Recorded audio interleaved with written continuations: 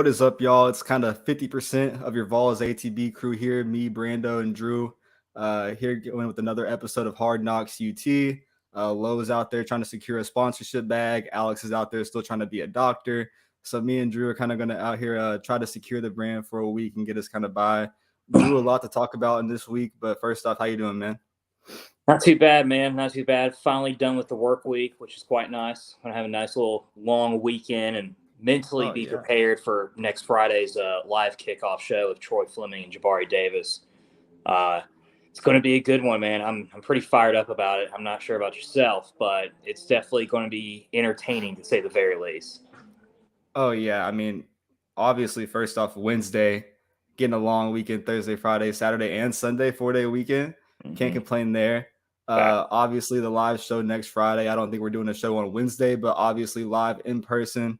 Skybox Bar and Grill, August 19th, my 22nd. I know it's like the first time the full crew is going to be together in person. And we're also having Juice Davis, Jabari Davis, and Troy Fleming, 2 VFLs. Cannot complain. Obviously, a Friday night in Knoxville. Going to be rough, going to be rowdy, but going to be fun. Kicking down the season. I think when we get to there, it'll only be 13 days until game time. So we'll be back all together, or me and you will be back in Neyland 2 weeks after that. So super excited for that and everything coming with it, getting everything set up. And obviously want everyone to come out there. We're going to drop the address and promote it more and more as this next week goes on. But super, super excited for that first in-person event. I know I got a lot of people excited for it. So definitely looking forward to meeting y'all. Drew, going to the football field, a lot of activity, obviously everyone's favorite time of the year. We've been blessed to have a basketball and baseball program that's been successful, but now we're in the football season, the final countdown, fall practice, Josh Heupel year 2. A lot of good notes coming out. Obviously some concerns. Kamal Hayden on the defensive side, he hasn't practiced in 4 or 5 days. He's reaffirmed on social media that he's fine.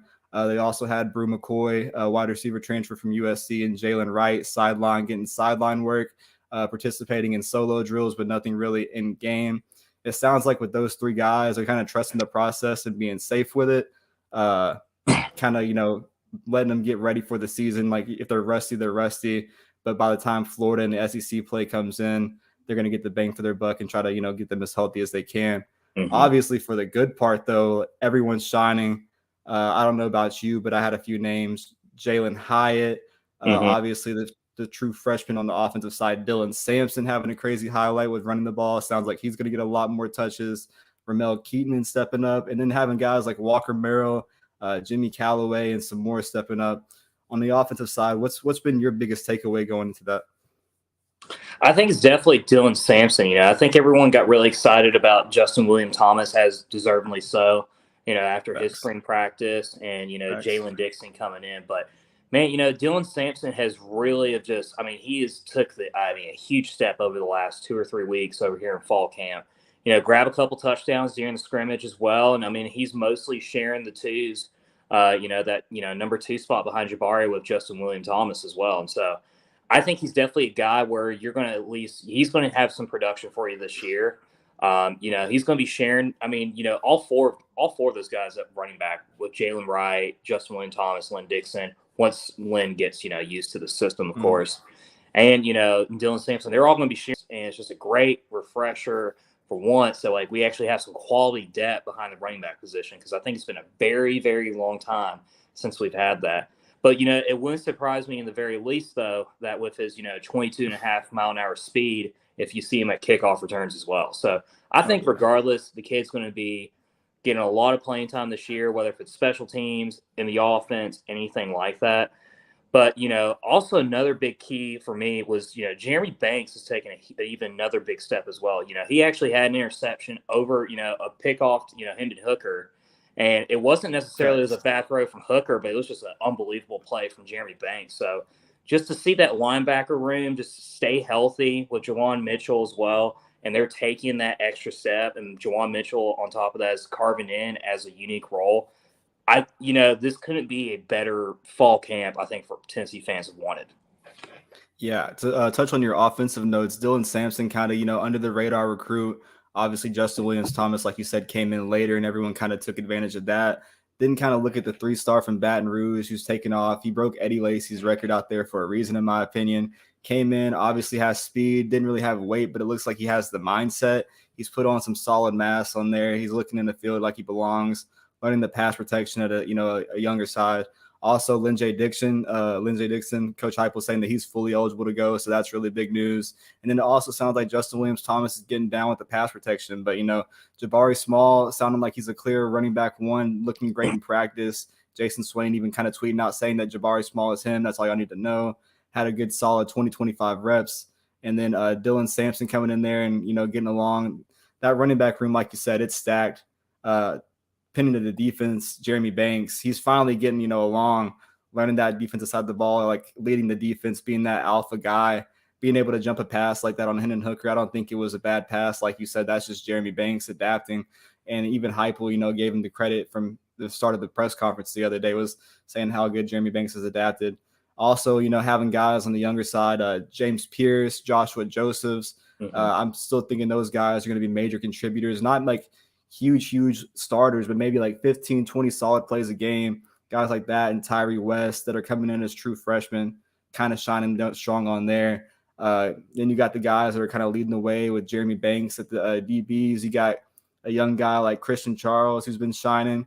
You got the Alabama transfer from last year that shined out, Brandon Turnage, who's making his mark on the DB field, sounding like a true leader out there. So it's all looking nice on the defense. If everything can get carved up there, I think we're most deep. I can't believe I'm saying it, at the DB position now this year. And we still got some guys kind of banged up out there, but you have a leader like Trayvon Flowers out there. I look at the linebacker room, the D-line room, more interior and, being able to stop the run going into the season from a quarterback last year, that being our huge problem. I'm hoping that kind of this year in practice, being able to stop the run and people taking advantage of our tempo has been like one of the bigger keys. But all in all, it looks like the notes coming out, it's great to see defensive notes from such an offensive heavy team that just usually talks about offense. Yeah, absolutely. And I think, the one big thing, though, is just the fact that, even Ronnie Gardner mentioned that Joshua Josephs and James Pierce are two type of guys where he could see them in, big key third down situations, have them out in the field. The fact that someone like Rodney Gardner himself is one of the best defensive line coaches in the country and has been for the last 20, 25 years, for him to come out and say that already, especially when we have Tyler Barron and Byron Young already on that D-line, I think it speaks volumes. And I think it's huge, though, because you got to remember, last year we had about 7 or 8 guys on defense that played over 700, that played 600 to 700 snaps, which is insane. Most of them were starters like Matthew Butler and a couple others. But, the fact that we finally have some quality depth in those key positions, like defensive back, which if you had told me that 2.5, 3 months ago, I would have called you a lunatic. But, now DB and now D-line, that's huge. And I think this is going to be the huge key for Heupel and his staff to take that next step for Tennessee, quite frankly, to get the respect that, it needs, it deserves as a program. So, great fall camp. Most important thing, though, is no one's gotten injured yet. Knock on wood. Thanks. No one's gotten injured yet from the scrimmage. And, the Kamal Hayden, Bree McCoys, they're just taking precautionaries. It's good. Another big note, which I was surprised you kind of left this out, was that Christian Charles got off that red jersey and he's back. Oh, yeah, facts. He's back to full contact now, which is huge. I'm telling you, I think if there's one guy in that secondary besides Theo Jackson that's going to ball out for us, it's Christian Charles. He is a natural safety, I think, or a natural secondary, defensive back. He's taken huge strides over the last 3 or 4 months in spring practice, and I think he's going to be your starter, by Ball State. I really do. Yeah, I'm going to first correct you. I don't know who you meant, but you said Theo Jackson. Theo Jackson's in the NFL for the Tennessee Titans. Trayvon Flowers. Okay, that makes more sense. It's kind of hard getting mixed up. Yeah. No, for sure. Trayvon Flowers is all in all a great leader for the defense. I preach about that guy coming back this year, and I think he's set for a great year as well. But having a guy like Christian Charles, who once, flashed last year early as a true freshman, but this year kind of, getting used to everything, fully healthy, got banged up early this year, but got out the red jersey, like you said. I think he's going to be a huge contributor. Along with Brandon Turnage, and also wanted to give credit to Wesley Walker and Andre Turrentine. Sounds like they're making a huge impact and going to have their kind of part to play in the defense as well. Sounds like Wesley's kind of taking that Theo Jackson role. So to bring the whole Theo Jackson thing back to relevance, Wesley Walker might be our new Theo Jackson. But like you said, knock on wood, no injuries yet. And the ones that have kind of been out, out of precautionary reason, Brew McCoy, Jalen Wright, everything else there. Obviously, got to worry about Brew McCoy getting eligible. It sounds like that's on the way. It's not. I've heard it's not an NCAA thing anymore. It's more of a USC signing the papers and getting him here before the season starts. And if that's all it is, I don't see any reason why the new regime over there at USC would be petty enough not to sign it. So I fully expect him to be ready and probably eligible by the next week or two. All in all, a huge part for there. Kind of leading on with the Tennessee offense, Drew. The news, 24/7 kind of dropped their little thing, putting a prediction out today. Tennessee is projected to have the number 2 offense this year, according to 24/7 sports analyst Brad Crawford, ranking Tennessee number 2 behind Ohio State in his top 10. I think, last year, it was a top 10 offense. Is it kind of crazy, looking at his Heupel's track record of going back and forth? It's always kind of improved. You didn't lose anyone on offense on paper, kind of gained in the running back room, kind of fixed the hole you lost in Tyon Evans, got someone else on the other side of Cedric Tillman, fixing the, Javonte Payton and Velus Jones. You rebuilt that offense, should go out there and put on numbers, but number 2 in the country, do you think that's possible? Oh, yeah, absolutely. I mean, you're talking about, this is an offense last year where Heupel even said himself, he only really, released about 25% of the playbook, even just the basic fundamentals. And we broke the school record for most points scored in a season and had the number 7th offense in the country with, quite honestly, the third of the depth that we have now, just all around on the offensive side of the ball. So I think this is definitely a team that could be number 2 in the country. My biggest concern, though, is still, honestly, is the offensive line. Just, the lack of depth there is a little bit concerning. We still don't really have a true left tackle. Yeah, Gerald Mincy will probably, get some playing time, but that's still a very big concern. But, I mean, as fast as this offense is and, as quick as we play, it might not even be that much of a factor. It really wasn't even last year. So, and when you considering the fact, sure, we lost Velus Jones, but you got Jalen Hyatt, who everyone has said has been the best player on offense through spring practice and fall camp so far. And on top of that, you got new guys coming in like Squirrel White and Brew McCoy, who add that speed and just the talent in general to be able to, stand out on top of Cedric Tillman. I mean, there's no reason not to think that this offense can't be the best in the SEC. I don't think it'll be good as Ohio State's, because Ohio State's offense is stupid. Yeah, it's going to be stupid. As far as count goes, I think if there's going to be any team that honestly that could beat Alabama in a national championship this year, it's most definitely Ohio State. Yeah. So, if Ohio State doesn't win it this year, it's there. Yeah, down here. Yeah, and I hate to say that because I fucking hate Ohio State with passion. Me too. But respectfully. But yeah, I don't see why not. This team can't be number 2. Number 2 offensively in the rankings, and if you get more of that playbook and different schemes as well, I mean.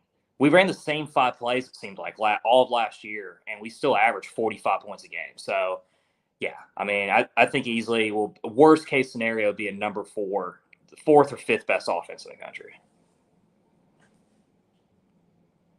Buddy, you're muted. No, I was saying like the scripted plays we'd start games out with, going back to back like that. That's definitely something, I definitely. With opening the playbook, I definitely see it as a possibility to go out there and score more points. Obviously, on paper, you did lose a few people, filled the gaps, and then, like you said, with the true freshmen coming in, Dylan Sampson, Squirrel White, Caleb Webb, Chaz Nimrod, all respectfully kind of filling in, and they can give you like a couple plays.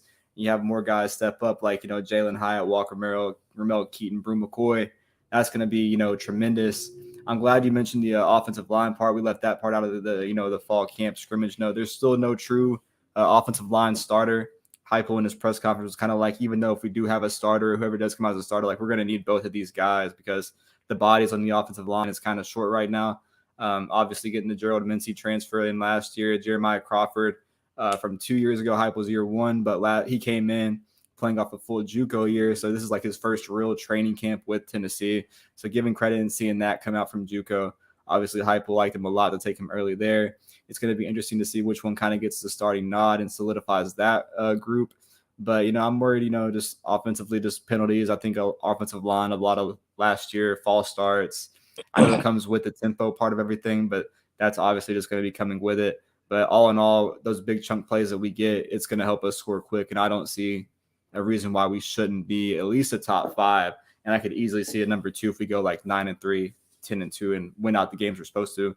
But when I look at a team like number 3, Like, it's kind of sad to see. Like, they had Wake Forest number 3 on here. Obviously, the news today, they lost their quarterback. And then all in all, they had number 4, Alabama, who lost one of their star receivers, JoJo, early today due to injury. And then also our rivals, Florida, losing their transfer receiver from Arizona State to injury for a certain amount of time. Not really sure if it's going to be long-term or what. But, Drew, you had some more notes on those guys. Yeah, so as far as Alabama goes, you know, they lost JoJo early for about 6 to 8 weeks with a foot fracture. You know, this is the second year in a row where he's had a lower body injury. He actually had a leg injury to start off during fall camp and wound up missing 3 games too. But, you know, I mean, he, you know, played 10 games last year, you know, had a couple hundred yards as far as, you know, receiving yards go, but he was competing for a slot starting role this year, considering that Alabama lost all 3 of their wide receiver starters to the draft and for graduation as well. So it's a tough break for them, but I mean, it's Alabama, man. I mean, like, you know, I mean, they just reload. So, I mean, he'll probably go back out there. I mean, with our luck, he's going to come back for the Tennessee game and fucking ball out against us. But, you know, he'll be at least back out for a little bit, and, you know, it may help us and may not, all depending. But the Florida loss, though, Florida losing Ricky Pierce, how do you say his last name? Parsley, probably, yeah. Ricky Parsley from Arizona State. That is probably the worst thing that could possibly happen to them. And the reasons for that is because, you know, they've already lost Jacob Copeland and Keymore Gamble in the offseason this year. And Parsley was the guy that was kind of like, you know, that was supposed to fill in that gap of losing those 2 stars because he was, you know, a starter at Arizona State as well. But with him being out indefinite and the fact that the Florida media is actually being pretty hush about it, makes me think this is like a pretty serious injury. Because if it was something like a fractured foot where it was only a few weeks, they would have already announced that by now. This makes me think that this could potentially be something that's at least miss over half the season.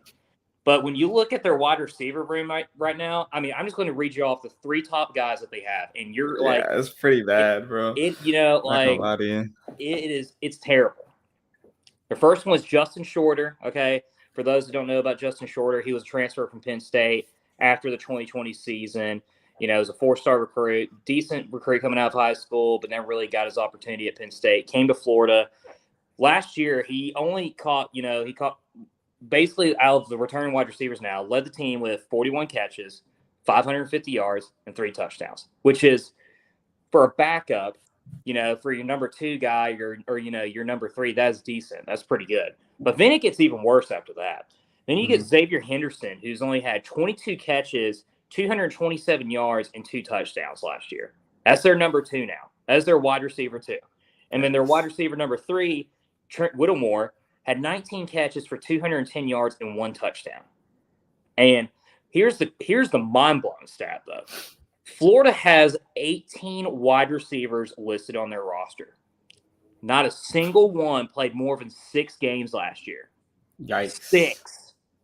And this is their wide receiver room. I mean, you know, and you will get me any day of the week about the Florida rant. I already know this. I mean, it's tradition now to like have me mention about the Florida game. But even I after reading this, it's like, surely God, like we can't, you know, we don't lose to this team. I mean, because this is like 2010 Derek Dooley Tennessee bad as far as wide receiver depth goes. I mean, this might be the worst wide receiver room I've ever seen for any Power 5 team. I mean, even including Vanderbilt. And so their situation is a whole lot worse than us. And then you got on top of that Anthony Richardson coming in as their quarterback, which I know he's already unproven, but he's unproven. You know, he might be a baller. I mean, he was a highly touted recruit, but man, it is, you know, extremely unfortunate to see Florida just crumbling and, you know, potentially being the same spot that we've been in for the last 15 years. So really unfortunate, really hate it for them, you know, really, really do. But it cannot be any better timing for us, though. That's for sure. Oh, yeah, facts. I mean, I've been preaching, you know, on the show the last couple of weeks, you know, every time we get to this Florida topic being a sensitive topic for the show, about how their depth this year is like how we've been like the last 5 to 10 years of never being able to reload after having to, rebuild and rebuild and rebuild.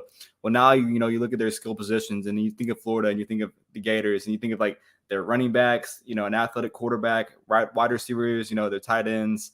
You look at that roster now, that depth there now, and you just mentioned, even with the Arizona State transfer, I wasn't really too worried about their wide receiver room just going into that. But when you read off that none of them even played, not even a full season, but not even half the season, 6 games, at most 2 or 3 touchdowns, guys that are unproven coming into an away territory game.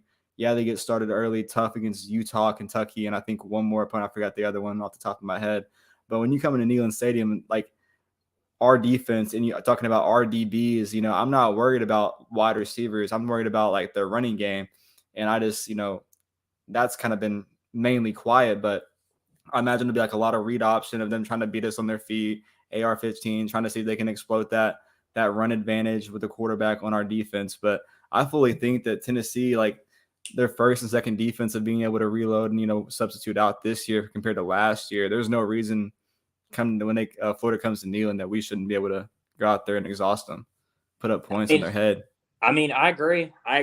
But, we should go out here and like be up like 28-7 first quarter. But I'm not going to say that. That's just ridiculous. We had okay. That's not a crazy statement though, because you have to understand like last year we had the biggest first point differential in the nation.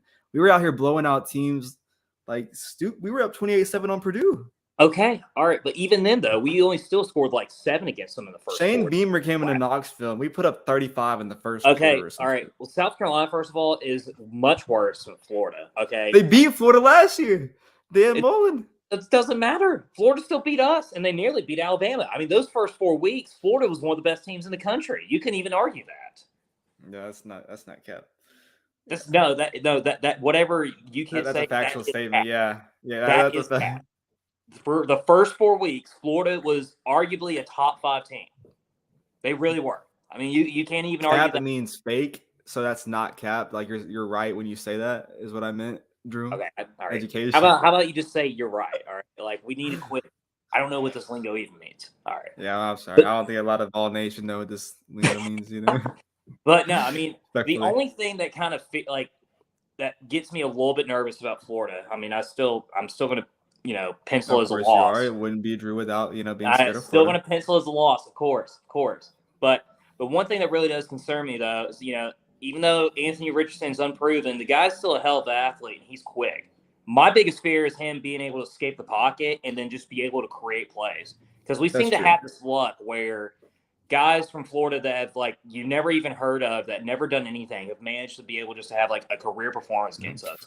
Whether it feels like Emory Jones or Jeff Driscoll or, like, any of these guys. So – oh, brother, he's 100% rushing for more than 100 yards on us. You have to understand, like, when I think that we're going to beat these teams, I don't think we're just going to go out here and blow them out. Like, I understand where our defense is at compared to what our offense makes our defense have to play at, with how fast we go and the tempo of being out there drive after drive, like not even 30, 40 seconds later sometimes. Like, they're going to score points. They're going to get down the field on us, even if it makes us look awful. No, they are, though. But the biggest problem, though, is that we couldn't score for shit in the second quarter. In fact, I think we actually almost gave up, and like even the exception of a couple games like Tennessee Tech and South Alabama and South Carolina. That was with a lot of games though. But in all those losses, though, we would jump off to a really early lead by 2 or 3 touchdowns, and then we would manage to blow it though by the end of the first half. And that is where my fear is that we jump off to a 24-3 lead in the first quarter, and then we have like 2-3 and outs. And then all of a sudden, Florida's back in this game and it's tied at halftime. And then they have all the momentum on their side. Nah, bro. Billy Napier and Cookeville, Tennessee native Billy Napier is not coming in down 24-3 first year of Florida with all that lack of that offensive talent. There's no shot. Dude, we lost to fucking Will Muschamp. We couldn't beat Will Muschamp, and he was a way worse coach than Billy Napier. At least Billy Napier did something at I just feel like early on like that, if he say he does like get lucky and gets hot early, like say like Utah comes to Florida and gets swamped and Florida wins and they start off hot 3-0 and both teams are undefeated when they come to Neyland, if we go up 24-3 on them, like I just feel like that's kind of like a gunshot. Yes, but no. Because we've seen in years past in big games where we've gotten off to a really early lead and dominated for the first half or the first, 30 minutes of the first 45 minutes of the game and blew at the end. I mean, the Oklahoma game was a perfect example of that. So, not Josh Heupel, but Josh Heupel. I mean, he wasn't even on the Tennessee, I guess, yeah. But with even the Ole Miss game, though, we struggled offensively in the second quarter. That's my biggest thing. And same with Pittsburgh as well. Pittsburgh, we should have won that game. We struggled tremendously in the second quarter. And even past, Joe Milton's overthrows, we still struggled offensively. Yeah. And that's where Heupel and this staff needs to, capitalize on more than anything else. That will differentiate this team from being an 8-4 to a 10-2 team. I truly believe that. Yeah, obviously the offensive penalties, red zones, third down offense, third down defense. There was a lot of things that cost us not being able to stay on the field, not being able to get off the field. Probably like 7 or 10 plays that made or break. Going 7-5 to going 9-3. We saw what happened from the Pitt game, the Ole Miss game, so on and so on. Obviously, there's games on the table. Tennessee this year, I think you definitely have to go into Pitt and beat Pitt. Already saw them multiple times at UCF, saw them last year have more talent. This year they lost all theirs. I think that's definitely a game you have to go in there and do it. But obviously, like you said, it starts with being able to clean things up on offense and going out there and putting up consistent points because defense, we added to that DD room, but that doesn't change the quarterback if they're mobile enough. Even if they're not mobile, we saw statues out there running on us last year. So obviously, just have to see how Tim Banks and the defense is kind of going to game plan for that. There's got to be a fix. I definitely think there has to be a fix for them to talk about it all offseason. There's no way they're going to stroll in their year two and talk about, wanting to win games and the stats don't matter and stuff like that without wanting to clean stuff like that up. But they know what happened last year. So I definitely expect all in all, just, going to be cleaned up. No, I definitely expect improvements for sure. And I still have faith with Tim Banks and this, on the defensive staff as well. But here's the thing, dude. If we still see the same issues where we can't get off the field, after third down or stupid penalties and stuff like that, there's going to have to be some questions that have to be answered with this defensive staff. And and I'm not advocating for anyone to be fired right now by any stretch. No shot. But if there's no improvement in those two things, especially because that was our freaking, kryptonite was third down and, self-imposing penalties. So whether if it was, pass interference or face mask and stuff like that, we can't address those. They don't actually improve those. And I know they talked about all season. Yeah. We got changes. Simple as that. But for sure. I still got trust and faith in Tim Banks, and Rodney Gardner and the entire defense staff that they'll be able to address it. But man, Florida's got me stressed out already. I'm not even stressed out about Pitt now. I'm just stressed out about this Florida game more than anything else. Oh, yeah, I know you are. And I know, we're talking about this all right now and getting fired up about this now. But next week, live show, Skybox Bar and Grill, the full crew. You and Lo have met in person. Obviously, me and Alex going to be around. I know we're doing the full season prediction kind of thing. I know we're going to get the first 3 games out the way. And then it's going to get to Florida. It's going to be a sensitive topic on Brando's 22nd birthday in the Skybox Bar. And Drew's probably going to get all get furious, redneck, angry, pissed off. Facts. But, obviously just once again, really hyped for that. I'm pretty sure we're doing that whole best dressed thing. If you come best dressed in vawls attire to Skybox Bar and Grill for the show, you can win a $70 gift card. Or hold on, let me see. Yeah, $70 ticket to Dine in the Dark event at Skybox, which is super lit. Obviously, the environment at Skybox, one of a kind. Pleasure to be able to be allowed to go out there and do our full show there. So obviously, really excited for that. Meeting Juice Davis and Troy Fleming for the first time. That's going to be pretty cool too. 2 VFLs. 2 foreign balls, played under Fulmer, during a really good time during Tennessee's program. The Gator Killer himself. Drew, you can't freeze about Florida in front of the Gator Killer. I'll do it. You'll do it? It's going to happen. Here's the thing. I don't care if people are going to boo me. Quite frankly, I want the boos. You want the boos in your hometown, in a hometown bar. No shots. don't care, because I'm being a realist here. Okay, even though everything on paper tells me otherwise, I'm still going with my gut feeling on this game. So, but it's going to be an incredible atmosphere at Skybox. Perfect place to start your Friday night. You know, great drinks, great food, good wings, good nachos.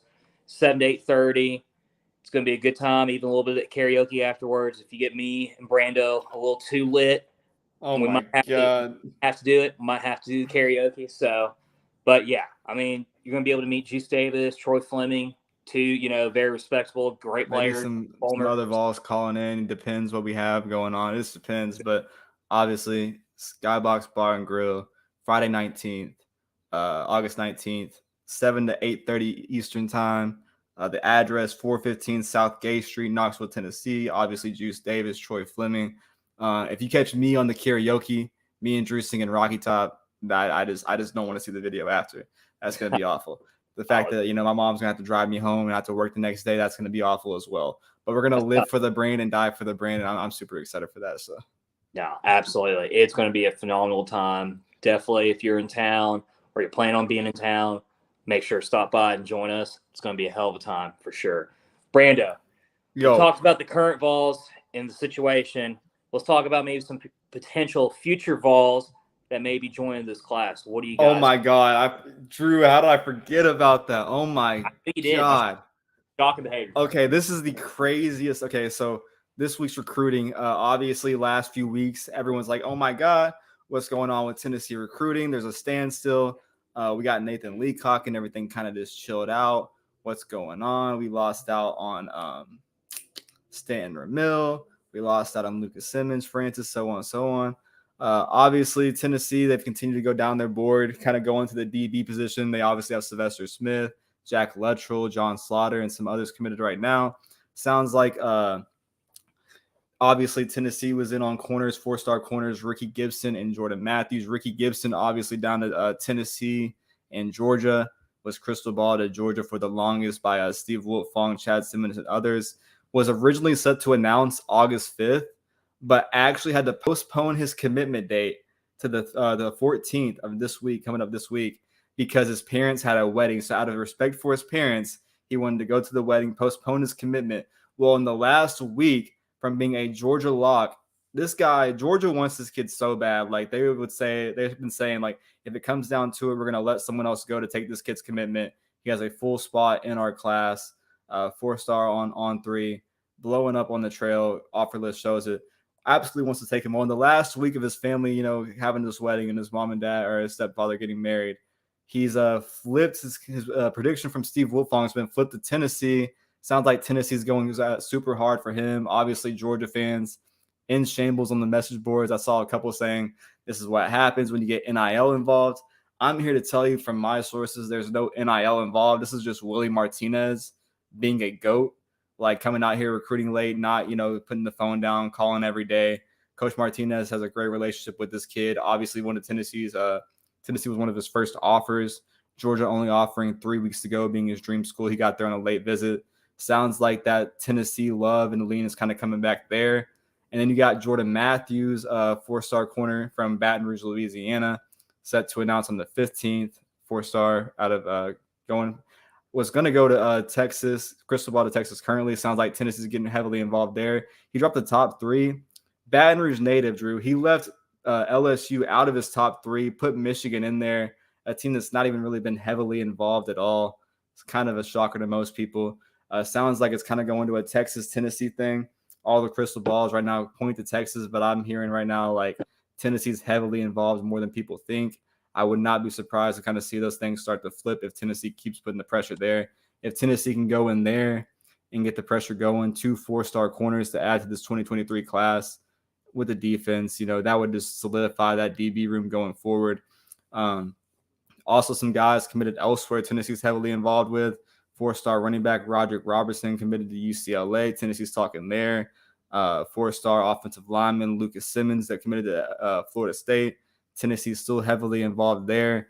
And then also 3-star offensive tackle Bison Lang.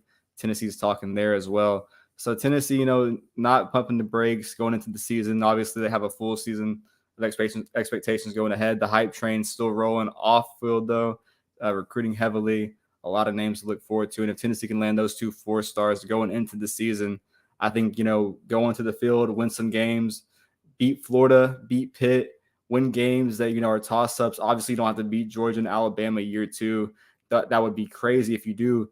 But if you go out there and, like, you beat Florida and beat Pitt like you're supposed to this year, go 8-4, 9-3, I think that makes this class, go from, stand still and getting 4 stars on the regular where people are kind of upset right now to accelerate to how you see a top program like Alabama, Oregon, A&M to go on those hot streaks week after week after week. So a lot of recruiting going on, and the staff's they're not stopping. So yeah, no, absolutely. I think that Ricky Gibson would be a massive, huge commit if we could be able to pull this off. Everything sounds like from what you've said, and as long as, as well from On 3 and 247, that, it's promising for sure.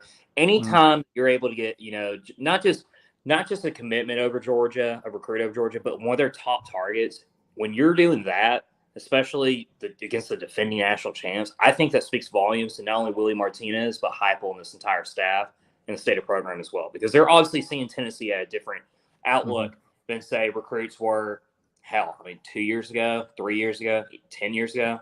Honestly. So, and the Jordan Matthews one, it kind of like makes me laugh a little bit, considering, from him being from Baton Rouge, is that, Brian Kelly left Notre Dame to go to LSU because he basically said that this was the furthest he could take Notre Dame. You can't recruit there. You can't win, all this stuff. And ironically, it seems like every in-state recruit, top in-state recruit in Louisiana, is leaving Louisiana to go elsewhere, whether if it's Alabama, Georgia, Tennessee, or Texas, or even Ole Miss. And so I love seeing it. Because I hate Notre Dame too, and I hate Brian Kelly, so it's just great seeing him implode on his own in-state talent. LSU is such an easy job to recruit that's like almost astonishing that they're struggling as much as they are. I think Texas will be hard, to fight off against Jordan Matthews. But man, if we get Ricky Gibson, if he commits on the 14th with us, which it sounds like he will, it might change his outlook on that, and that would help tremendously, considering, besides Ricky Gibson, Christian Conyer is the only true defensive cornerback that we have that's committed. You got Jack Luttrell and a couple other guys that are safeties, but as far as true DBs, him and, that would add a lot of depth into our, recruiting class for sure. So, it's like I said, we thought it was dead in the water about a month ago, especially after the Francis news. But here we are. It's promising. And I think another name that a lot of people need to watch out for is Tamarian Parker. He just decommitted from Penn State the other day. Former target that Tennessee had, and we always need depth on the edge. It would not surprise me if we try to go after him again, since his recruiting is open. So, and he was only committed to Penn State for less than 2 months. So it wouldn't surprise me if we saw anything right there. But, yeah, with the Ricky Gibson commit, you're looking at a top 10 recruiting class again. We're already number 11 in the country and easily, a top 4 SEC. So we're back. Yeah, I guess with the Tamarian Parker news, I guess I'm hearing a lot of like Florida and Georgia buzz there. Obviously, Tennessee recruited him really, really hard. He had like crystal ball coming out of that one visit here, that big, Memorial Day weekend he was involved in. So obviously was here, liked what he saw. Seems like after every visit he went on, he kind of liked that school. But I think all in all, if it goes like deeper into the cycle and maybe like December or May, obviously don't count Rodney Garner out in the end. Obviously, how he is at the finish line. I just, kind of think that Tennessee's kind of, moved on with their board. And once they lose somebody, they're kind of going on, unless it's here recently where they kind of dipped back on some people right there. But obviously, I'm not calling the Ricky Gibson one a home run yet. Obviously, got to get to the finish line, get him committed, and then all in all, get him signed. But getting him committed would be huge for the class. I still think that Georgia's on him hard. They're going to be calling him every single day. It's going to be a battle of the phones of, trying to get him locked in. But all the Tennessee buzz coming out after the past few weeks, I'm thinking he was a Georgia lock, seeing Steve Wiltfong flip his crystal ball along with Chad Simmons. That was huge. And 2 huge cornerbacks, like you said, 4 stars. I think LSU kind of messed up because you can't, like, going back on the Brian Kelly thing, if you're not going to, take a Baton Rouge native, and I think what I've been hearing is that they told him that they don't have a spot for him yet or whatever it is now, taking another kid from somewhere else. All in all, no matter how you look at it for Brian Kelly, That's kind of bad, not taking in-state recruits like that. Last year chose not to take Dylan Sampson when he first arrived. Like Dylan Sampson wanted to go to LSU, failed to offer him. We got a steal there. If you can get a steal in Jordan Matthews and, get him bought in, and then they try to come back and steal him later, but he stays, low in the process, that would be a huge win there.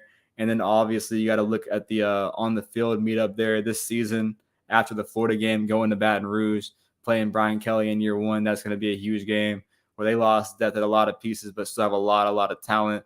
But I just don't think that down there, saying no in the recruiting process that early to Baton Rouge natives and then going into a year one, like if you have a disaster, that would be like a fall in the face moment for Brian Kelly in year one. And that would just be an awful start in LSU after all the Edo stuff. So I think honestly, if you're going to start seeing that fan base get, start turning on him if this team finishes 5, which I think, quite honestly, is a very high possibility that LSU 5 this year. I kind of honestly think even Ole Miss will have a better record than LSU this year. So, which is a hot take, but they got no depth, man. Ole Miss is so overrated, man. I mean, they got no depth, and quite honestly, I trust Kiffin's been in the SEC far longer than Brian Kelly has, and he's able to do more with less. And we can't say that with Brian Kelly. So I don't know, man. I just think Ole Miss is bound to fall on their face as well this year, but that's another topic for another show. I mean, I could go on and on about fucking Lane Kiffin. Like, he could go on about fucking Jeremy Pruitt. I just don't like the guy. So I low key kind of like, I kind of like Kiffin. He wins. Bro, you threw a golf ball at him. I did not. I threw a Dos Equis beer can. Yeah, but I did not throw a golf ball at him. That was not me. So that is fake news. Was not the golf ball. Was not the mustard bottle. That was not me. Is it Dos Equis? If I was able to throw that from road. You heard it here fucking first. Then I should be the next quarterback for the University of Tennessee. So, yeah. At UT campus, Knox, for this guy right here, he admitted to it live. All in all, 7 + 2 for a Friday, 9 days away, August 10th to the 19th, live show, Skybox Bar and Grill. Really have to do that? Like, do that math? What? Yeah. I had to think about it. Oh my God. Well, I'm used to it being on a Wednesday, but we're not doing a show on Wednesday. We're doing it on Friday, so I had to add the 2. I mean, you should have done that mentally. I mean, you didn't have to do that out loud. I mean, I'm glad you got the number right, but I did it for the people. Skybox Bar and Grill, live show, full crew. Alex flying in from Miami, me coming from Nashville, you and Lo driving on the interstate.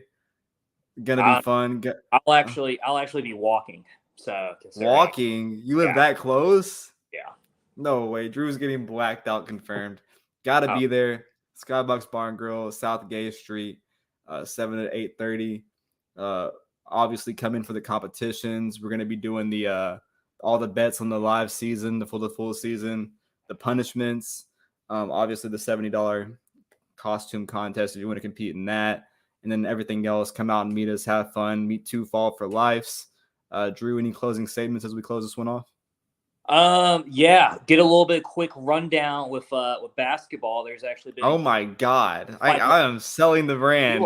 You're struggling today, buddy. Well, here I am. I thought we're having a quick show. Drew wants to go 1 hour. Let's fucking do it. I mean, we might as well. We're already at the 44-minute mark. So, but yeah, couple basketball news, a little Tennessee basketball information. Non-conference schedule came out, released yesterday. Vols are opening up the season against Tennessee Tech at Thompson-Boling Arena in November 5th. We've got a lot of really good games, with this out conference schedule. A couple neutral sites against Colorado and Nashville, which I think surprisingly is going to be a pretty good game. Brando, if you're not there, I'll be extremely I'm going there because fucking Penny Hardaway, I'm not going to say that on a live broadcast show. Penny Hardaway, you sold me out of a Vols basketball first-time experience, and I promise you I will be there live in person for that Colorado game. I don't care if we're playing the Buffs, whatever they are, the Bull. I don't even know. I get Colorado and Colorado State mixed up. I don't know, but I'm gonna be there, loud and proud.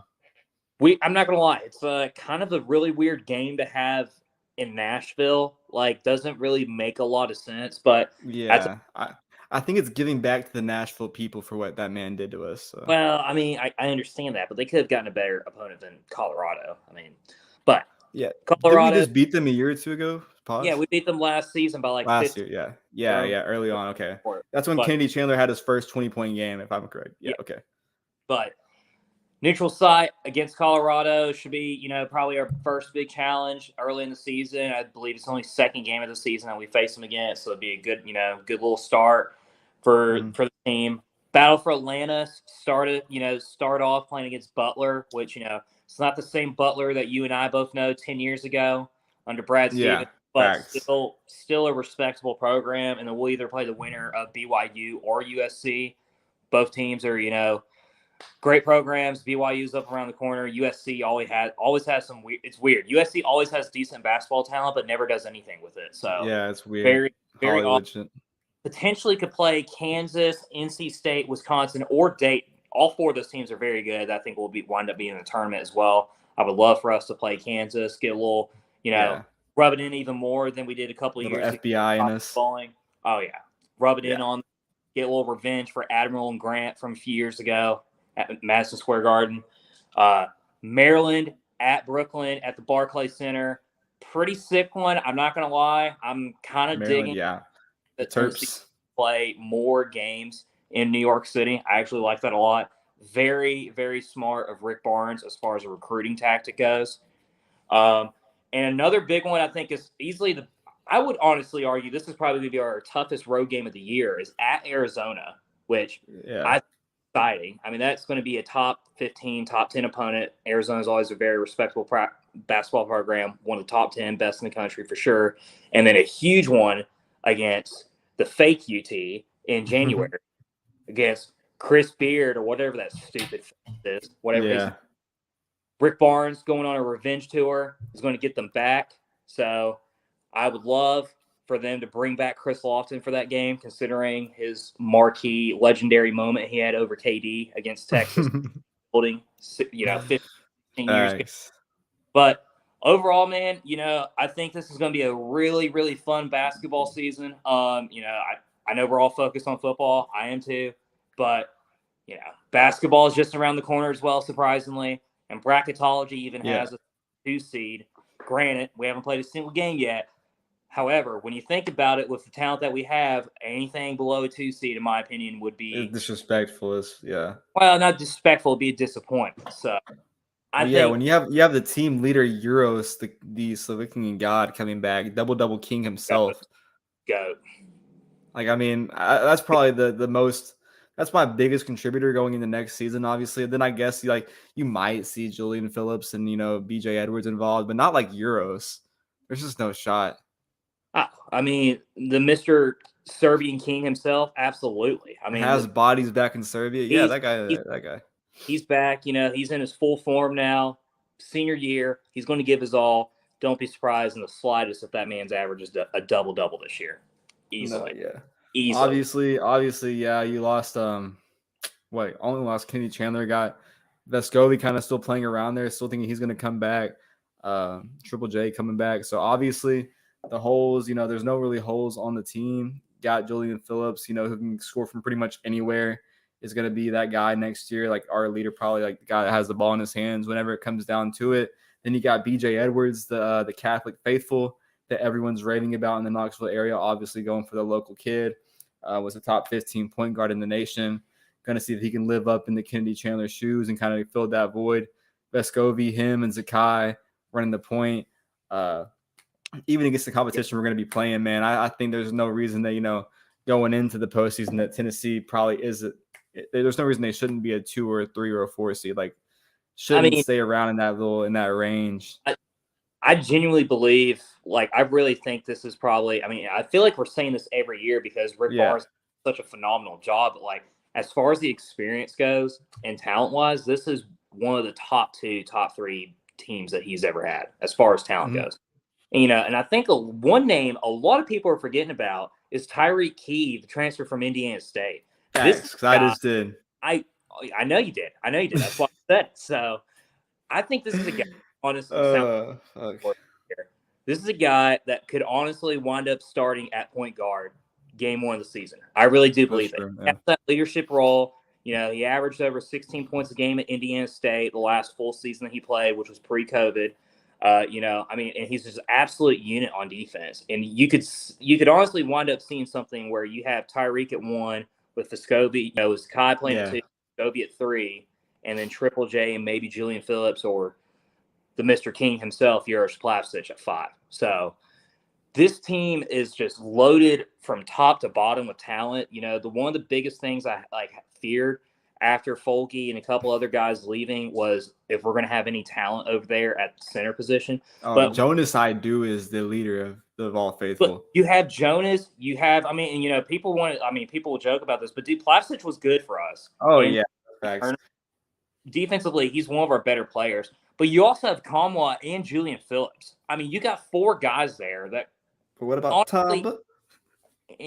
I think Tom left. Did he not? Yeah. He's gone. That's what I meant. I was like, my poor Tom. But nah, like you say, man, like you're mentioning those names, and you don't even think about the guys like Tomba that left, or might not mention Brandon Henley Hatfield that just left too. Like you look at that position down low, of being down bad in the post early last year, and kind of wondering where it's going to go. Jonas Idu, Uros, Kamwa coming back from the injury. Like, I think we're going to be solid down there. The guard play is going to be, great. And then you mentioned Tyreek Key joining the team. Obviously, they get Yuri Collins, but that guard position filled so much talent there. Obviously, with the freshmen, Zakai, Vescovi, and then now Tyreek Key, which is probably like the most Rick Barnes player that could be playing defense, and then also the assist leader on offense, and also being able to score from deep 2, shoot the 3, buy into that. So I think going in, that's going to be really well for the team. Obviously, going back to the schedule, most excited about the Nashville game. Obviously, want to play Kansas. I always love that kind of matchup. Know we're going to beat Kentucky twice because we own the coal miners. Facts. And then when it comes down to it, Arizona and Texas obviously want to get revenge back on those teams and beat those teams. I mean, we smoked Arizona in TBA last year. Like, dismantled that team. We were down horrendous.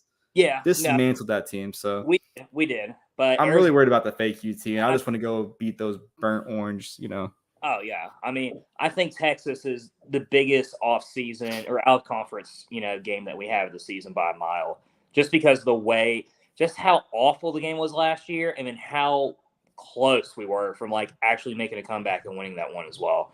But Arizona's going to be really tough. But I love seeing Tennessee playing these type of teams on the road. It's good to get good quality. Power 5, top 25 teams, playing them on the road. Great for the resume, great for preparation for the NCAA tournament. And this is, I think this is all what we really want to dream of. Playing the Arizonas, the Dukes, the North Carolinas, the Kansases, and play them consistently. So it's going to be an exciting year of basketball. Hopefully they could turn the corner with recruiting. I know that JP Estrella, the 4-star center, has his commitment date on September 2nd. It's a tough road, tough battle between Tennessee, Syracuse, and Iowa. But everything that I've heard and seen, he really enjoyed his visit over here. I know he's just got back from Syracuse. I would be surprised if he doesn't choose Tennessee. However, if we don't wind up getting him because we lost out on Kalen Cord to Michigan State the other day, I think you could argue we could start hitting the panic button a little bit on the recruiting trail for basketball. But, we're still a good ways from there. I mean, this is probably going to be his at least for Tennessee basketball, this is the most important recruiting year for Tennessee because you are losing a lot of talent after this year with, Triple J, Vescovi, Plavsic, Kamwa. I mean, you got about 4, 5, 6, potentially even 7 scholarships right there. Yeah. It's pretty crazy, man. Which is insane. And obviously you're going to fill a couple of those guys in the portal, but they gotta start off strong. I mean, we already messed up Justin Edwards, which was probably the hardest, that Rick Barnes has ever recruit. I mean, literally every single weekend going up there in fucking Baltimore, trying to convince the kid. And Sleazy Calipari and his, mob hair managed to pull him away. So, it's fine. I'm still, obviously bitter about it. But as long as we get JP Estrella next Friday after we beat the shit out of Ball State at home, get 2 W's in the span of 2 days for Tennessee athletics, I think we'll be good. Yeah, I mean, obviously to touch on the whole the people we're playing, the talent we're playing, and our schedule to get that number 2 seed you were talking about. Obviously, you got to have the wins over top talent. So that and all, you win those games, that'll fix itself. But going on to the recruiting part, obviously, if you don't land some guys, it's going to be something to worry about with all the guys going out. But you have to remember Rick Barnes last year, just, a couple months ago, put his feet in the ground, huge energy, allowing, people to write the checkbook for Julian Phillips, getting that huge recruit late against Auburn when they wanted him super, super bad, stealing him from Auburn and an $800,000 G League contract. So that tells me that Tennessee, if they want somebody and they're heavily recruiting, like they're going to go out there and spend the money, and they're going to take some losses, maybe trying to do it the right way. But I think when it gets closer and closer and closer, Tennessee, obviously, like it says, going into college, it's not over until signing day. And then signing that contract, in basketball, and, NIL on the table, Tennessee can do, crazy things with Rick Barnes. Only a few years, probably more in his tank, man. This guy obviously stayed from last year, that run last year, stayed this year, landed Julian Phillips. He wants to win. He wants to go out and solidify his career, his legacy. And I think he wants like an Elite 8 or a Final 4 finish to, be comfortable with doing that. And to do that, you have to go out there and you have to, go get talent. And whatever it takes to get that talent in this day and age where it's legal now, you got to go do it. So all in all, excited about basketball. It's crazy to talk about with football 3 weeks away, 2 weeks away, but basketball is 3 months away. We have 3 huge programs now, basketball, baseball, and football, that are all thriving, that we talk about every single week.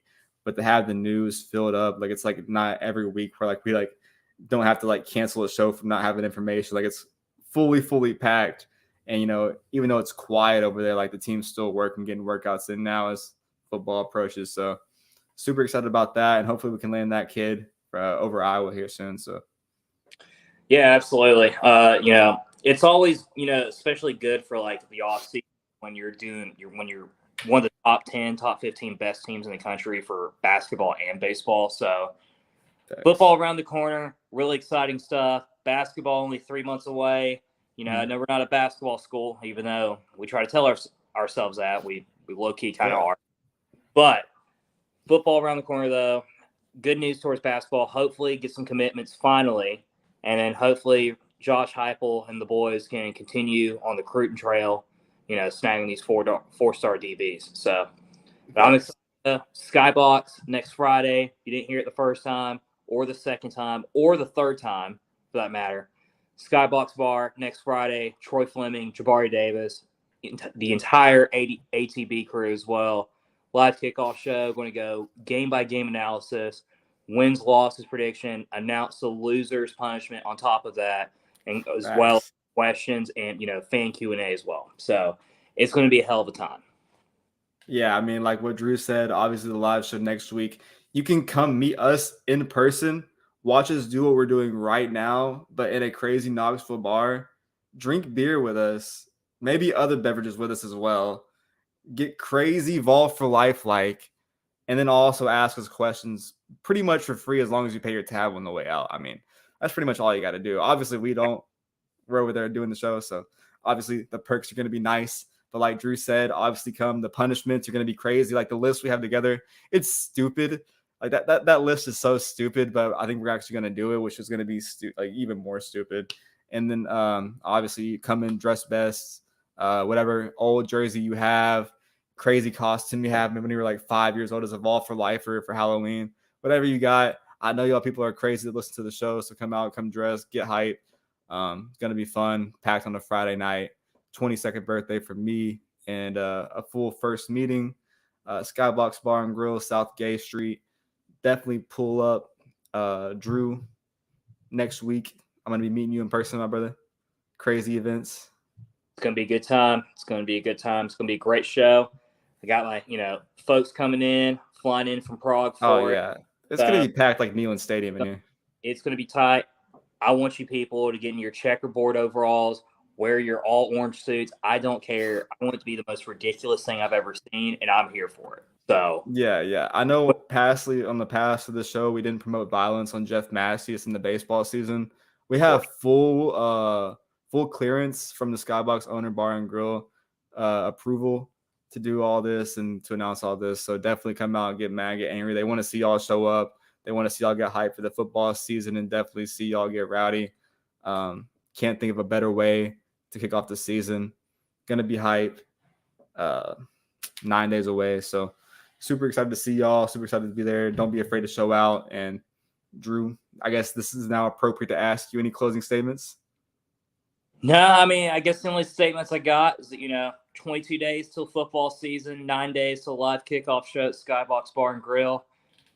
Basketball on the rise, only 3 months away. Hopefully, finally, cutting some breaks on the recruiting trail. And Brando, it's going to be a fun football season, man. I'm fired up. Rob. Yeah, I mean, obviously, me and you having to carry the brand, Alex and Lo being away for respective reasons, Lo carrying the sponsorships, Alex trying to be a doctor, like I said. Always a pleasure to hop on here. Me and you, Drew, the dynamic duo, excited for football season. I know me and you going to be there loud and proud 2 weeks later at Ball State after Skyblock. So excited for that. Super excited.